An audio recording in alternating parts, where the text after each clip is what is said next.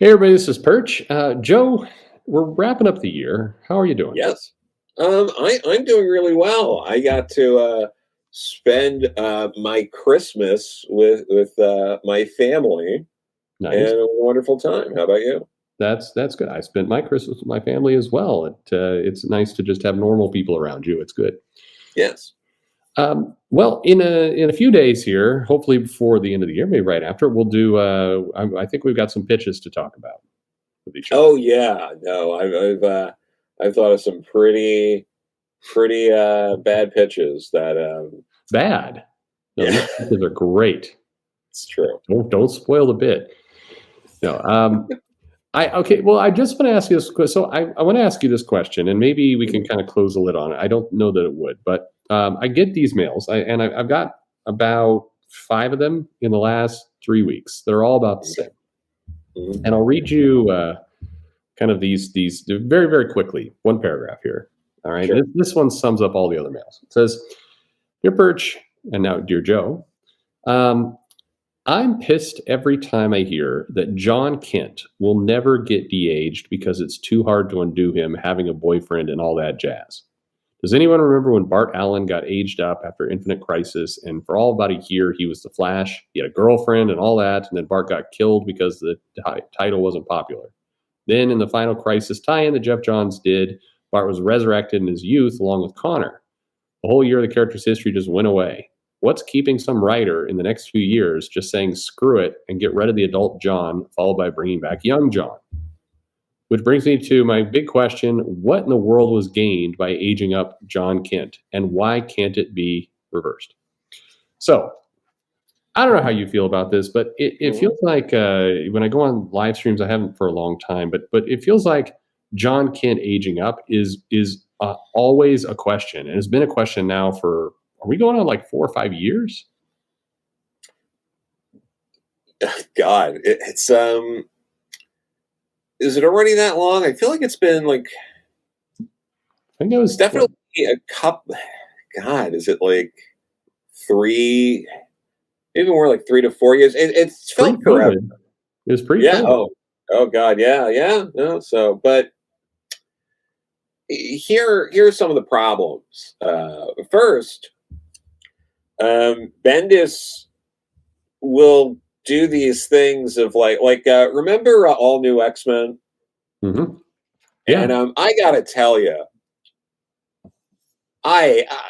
what garbage that era was. What a horrible era of X-Men. I got like 7 issues into All New before I was like, there's the past team is still in like, what are we doing? yeah, And and then they lingered forever, and it felt like I couldn't enjoy X-Men with one of the absolute dumbest plot lines of like how on the nose of a writer do you have to be like I'm gonna literally show you your past self to hmm, show you the area you're at. Like it was just horrendous, yeah. and yeah. So this is it. I mean, the one of the worst things about the John Kent situation is it's a rehash of something he already did. That's I, I I need agree. to Yeah, I need to adjust the ages of these characters to write them how I want to write them.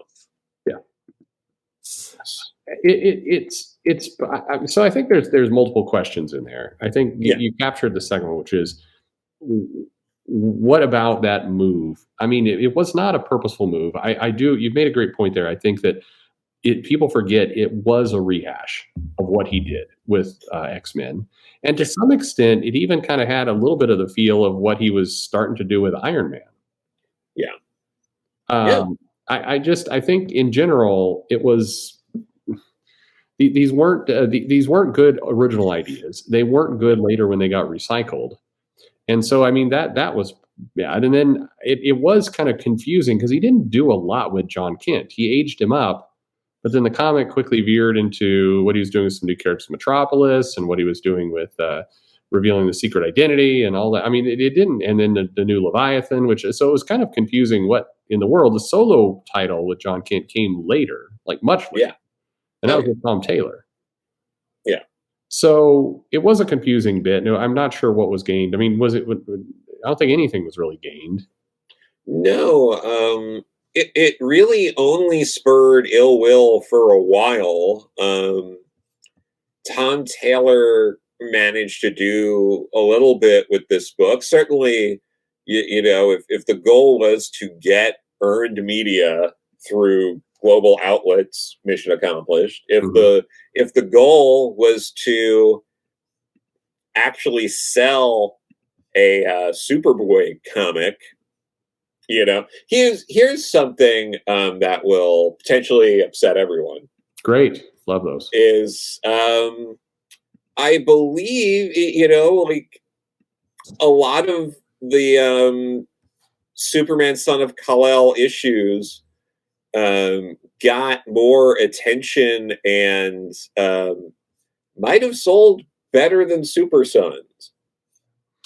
They probably did. Yeah. They probably did. Is the short answer. Yeah. Definitely got more. So I mean, that's an interesting question. Definitely, I should do that sales analysis. They Yeah. definitely got more overall kind of media hype because very very quickly it wasn't about the original book. It became about Jon Kent coming out, and so it Yeah. got more media attention for sure. In terms of actual sales, I think what people forget is Super Sons did not sell terribly well. Yeah. It just didn't. And I mean, I liked it. I thought it was a good series. I mean, no, absolutely thought it was a good series. But in terms of sales analysis, and I'll do one for Super Sons. No, wait a second. I did do one for Super Sons. I can't even remember how many videos I put out. Super Sons, Yeah. we did a sales analysis for that. And by and large, that title hovered in the low 30s. Yeah. Sorry, yes, it was started out at 90,000 for the first issue, like they all do, really good in Rebirth. It quickly dropped to 47,000, and then before long, it had a 68% drop, one of the higher drops. For the majority of the series, it's around 34 to 30,000. It closed off and it was canceled at issue 16 at 27,000 copies. Yeah. Taylor's Superboy Jon Kent definitely outsold it, no doubt about it. It wasn't much higher. It was in the 40s by and large where it was, and then it had those spikes for the coming out issue, which and everything else, just like the number. But yeah, it outsold Super Sons. Both titles were not selling enough to really make any noise, at all. But it Sure. sold it. No, But, so it is. It makes it hard to argue. I mean, it doesn't make it that hard to argue. Like why bother doing this? But if you're looking at it from pure sales, which a lot of people like to do, mhm. then removing long-term abilities to do things with characters and Mhm. other things like that, and potentially leaving a lot of money on the table years from now. Yeah. In the short term, it looks like it wasn't a bad move what they ended up doing. Yep.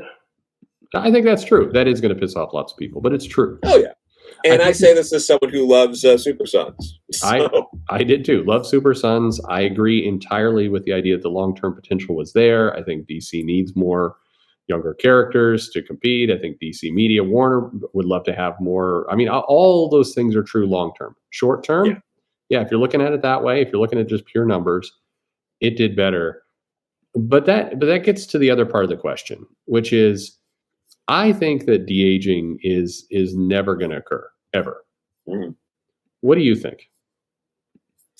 It's one of those things like, it's hard to say because nothing matters anymore Fair enough. in comics, where it's just like there's always this drum beat of everyone yelling like this is never gonna happen until it does, and then everyone's quiet and acts like they never did it, like we're never gonna get Mary Jane and Peter back together, and then finally something will happen where they're gonna be like, all right, we're running out of emergency buttons to hit to get the kind of boost we want in the right demographics, and this all right, fine, they're back together for now or something like that, like so yeah, I mean, ultimately, though, this is what happens. The further we get away from this, As much as it looks like there's a lot going on, and a lot of like people, grumbling about this, or being very upset about it, it's not reflective of the entire body of people buying the comics. Mm-hmm. There's no evidence to suggest if they de-aged him, they would make money. In fact, the evidence that they currently have suggests otherwise. That's So, true. there's no motivation there to do that. And I think we're at a point now where you've mentioned this before. We've talked about this. They're doing more and more like quote unquote nostalgia comics, Mm-hmm. Yep. where they're tapping into other eras. So for DC, it's like, well, why would we,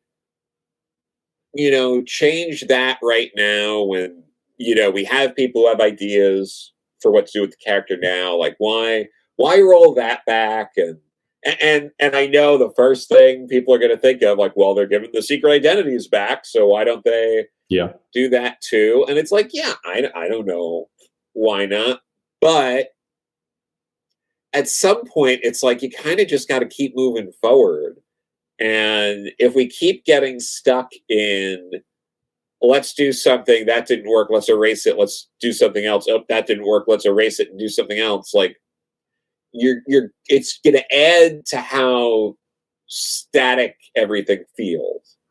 Well, I mean, you used the Superman secret identity. So in 2016, I believe it was 16, they revealed Superman's identity. And that was part of kind of the final gasp of the New 52. And then Rebirth kind of reinstated the secret identity somehow, and like through very convoluted ways around 2017. Bendis came on in 2018. So we're coming up on, this will be year 5 since Bendis arrived and aged up Jon Kent, which is pretty insane if you think about it. 5 years. And so they then they did about a couple years later, they did Superman comes out with his identity, and he reveals it. And now they're about to put the identity back in the box. We've actually seen 4 flips over the last 6 years of this thing, and it feels stupid. Yeah. And so kind of to your point, I mean, if they keep tinkering, like we're going to go back, we're going to not go back, let's do, and trying to kind of get to that perfect place where everybody is happy. One, I don't know that everybody gets happy, and two, they don't do it well. So, I mean, the problem is if they could make everybody happy and deliver a good story, I think that'd be fine. But the stories they often deliver kind of blow. And so we get this constant jerking around. I think 5 years later, or almost 5 years later, we've aged up Jon Kent. I don't think they're going back to that. I think that's why they're bringing in these twins that will be in the new Action Comics series. Oh, 100%. Yeah. But I just, even if they did it, I think it would be incredibly messy. And a lot of people bring up the fact that he's been revealed to be bisexual. I'm not sure that even is the majority of it. We've lived with him in this state for too long. We've seen him flirt with Yara Flor. We've seen him flirt with his boyfriend in Taylor's book, like Saturn Girl. That's right. He had a relationship with her. If you're gonna suddenly de-age him, it makes it I don't know, to me it makes those relationships, so you either have to completely not talk about it like they do with Green Lantern and the jailbait piece he was hitting, but or you just have to, it just is weird. I mean, it's awkward, not just the male relationship, but his female relationships too. Like if he travels in to go see the Legion of Superheroes, like how far did he get with Saturn Girl? Yeah. I don't know. I mean, is she going to be there like, hey, I remember you when you were a little older? I don't know. It opens up lots of weird storytelling questions, and I don't think it does any real value. But yeah, I don't think it does much. I think it's like, look, the character of Jon Kent, as we know, that character hasn't existed for that long. There's plenty of there. New characters can be brought in to fill in that void. That's probably what they're trying to do with the twins, but from other places too, and other characters, or God forbid we create a non-derivative character that they're able to do something like that with. Maybe Little Phantom Stranger or something. By the way, when we say they're bringing in the twins, yeah, that's true. They are bringing in Power Girl, but we're actually meaning the two kids. Yeah, yeah, we need Uh, the 2 kids specifically. just But, think it's theirs. one of the other things too, and I don't know how much this impacts anything at all, but just something I feel like, might as well throw out there. If someone's goal is to get a company to change course, or like do something that they Mhm. feel not only would they enjoy, but the majority of people would enjoy, the company, like first off, like who knows what they listen to, but Mhm. it's not a compelling argument when you say, I will never spend money on a DC book again. I don't care if they bring back, the books I want. I don't care if they could announce that they're gonna, bring back Venditti on Hawkman, and that Tomasi's going to be on the Super Sons again, and we're going to wipe the slate clean, act like those things didn't happen. I can't give them, in good conscience, I can't give them my money anymore. Right. That's not you can't tell a company, do this thing, and by the way, I'm also never going to give you money again, and expect Yeah. that result. And that seems like there's a vocal group that will say that sort of thing sometimes in the comments, or Mhm. brought up in different videos and different channels. And look, I get it, I get the frustration, and I think both of us here would happily read new Venditti Hawkman and Pete Oh, for Tomasi sure. Yeah. Super Sons. I absolutely would, but that's not going to get them to do it. And I get it, it's frustrating because it seems like, this is a subject for a bigger video or a live stream thing that maybe we'll touch on in the not too distant future. But I get that it's frustrating, and I think that there are a lot of people who point these things out that are I do think it's unfair for Mhm. people to be criticized for being vocal about that online and wanting to say Oh, that. agreed. Yeah, they Um, can state their opinion for sure. yeah, when there are people who are very vocal about certain aspects in comics that do seem to get what they want, That's also true. and those people, that group, tends to also be a group that's very quick to be like, like, stop being a troll, don't do this, Mhm. respect what creators want this, and then they'll ask for something, and they'll get, and it's very like, does Yeah, no one see the problem?